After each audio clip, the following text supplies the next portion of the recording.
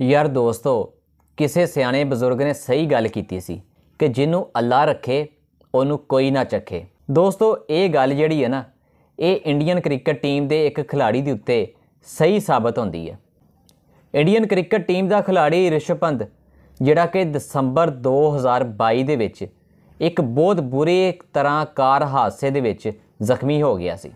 ऋषभ पंत जिहड़ा वा Indian cricket team का बहुत ज़बरदस्त खिलाड़ी सी, बहुत अच्छी बैटिंग करता सी, फील्डिंग भी बहुत अच्छी करता सी। लेकिन दोस्तों दसंबर 2022 दे विच बहुत बुरा कार एक्सीडेंट का हादसा होया सी। लेकिन ये उम्मीद नहीं सी कि इंडियन क्रिकेट टीम का ये खिलाड़ी बच पाएगा।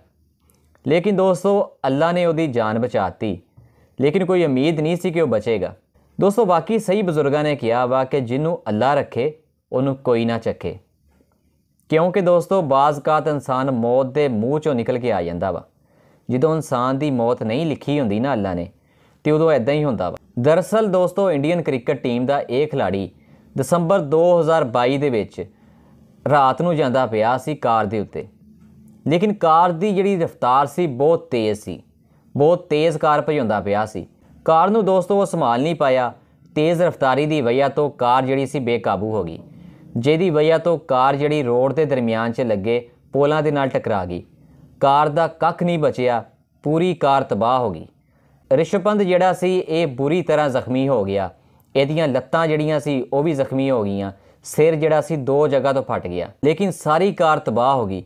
पता नहीं यार कि ये किस तरह ये खिलाड़ी अल्लाह ने इनू बचा लिया। लेकिन दोस्तों इन्ने लंबे अरसे बाद ऋषभ पंत ने हुण एक इंटरव्यू दिता वा। उस इंटरव्यू दे विच ऋषभ पंत ने एक गल कीती आ कि जिहड़ा ये हादसा होया बहुत खौफनाक हादसा सी। जदों मेरी कार पोल दे नाल टकराई ना, तो मैं उदों ही समझ लिया कि मेरा वक्त पूरा हो गया वा, कि मेरी जान हुण नहीं बचदी। लेकिन दोस्तों ऋषभ पंत ने यह कहा कि मैं जिस तरह जख्मी होया सी मैनू कोई उम्मीद नहीं सी बचन दी, लेकिन मैनू ये नवी जिंदगी मिली आ। लेकिन दोस्तों रात का काफ़ी टाइम हो गया सी। कार जिहड़ी सी जो पोल दे नाल टकराई उदों इर्द गिर्द कोई बंदा नहीं हैगा सी सवाए एक बस दे। वो भी बस रोड ते जा रही सी। जो ये कार का हादसा होया तो उस बस के कलेंडर ते ड्राइवर ने ऋषभ पंत नूं कार दे विचों कढ़िया। जो उस ड्राइवर ते उस कलेंडर के कोलों सहाफियां ने जो पूछया कि यार एक हादसा किदों होया, किद्दां होया, ते तुसीं की इस बंदे नूं पछाणिया। लेकिन उस सहाफी नूं उस कलेंडर ने यह गल दसी कि असी इंडियन क्रिकेट टीम के जिहड़े खिलाड़ी आ उन्होंने जानते तो सी, क्योंकि असी इंडियन क्रिकेट टीम के मैच असी देखते होंगे सी। लेकिन कुछ अरसे तो असी इंडियन क्रिकेट टीम के मैच नहीं देखते सी, जिहदी वजह तो असी इस खिलाड़ी नूं पछाण नहीं सके।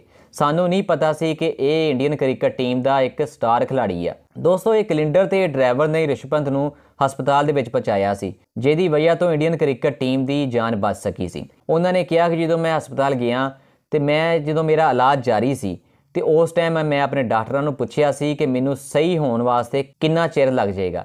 तो डॉक्टरां ने यह गल कीती सी कि तेनों 18-19 महीने लग जाएंगे सही होने वास्ते। लेकिन दोस्तों हुण 12-13 महीने तो हो चुके आ।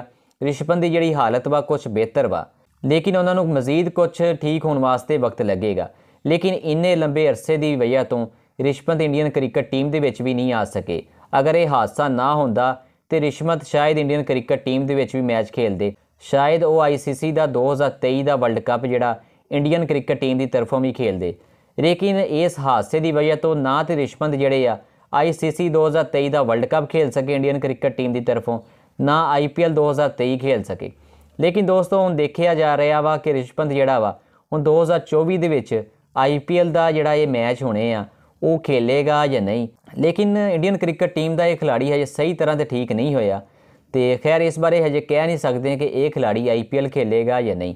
खैर दोस्तों तुहानू इस हादसे के बारे पता सी या नहीं? तुहानू पता सी कि इंडियन क्रिकेट टीम का एक खिलाड़ी जिहड़ा जख्मी भी होया सी कार हादसे दे विच? खैर तुसी इस बारे मैनू कमेंट्स दे विच जरूर दस्सिओ।